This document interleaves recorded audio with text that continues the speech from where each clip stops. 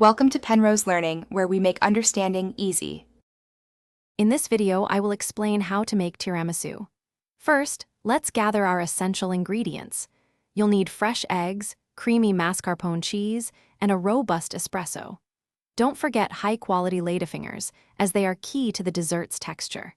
Having everything ready and at room temperature ensures a smooth and delightful preparation process for this classic Italian treat. Now, let's create the luscious mascarpone cream.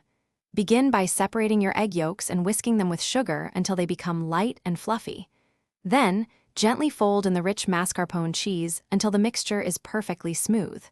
In a separate bowl, whip your egg whites to stiff peaks, which will add wonderful airiness. Finally, carefully incorporate the whipped whites into the mascarpone mixture. With our cream ready, it's time to assemble.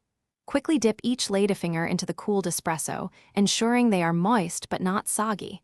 Arrange a single layer of these dipped ladyfingers at the bottom of your serving dish. Next, spread a generous, even layer of the mascarpone cream over them.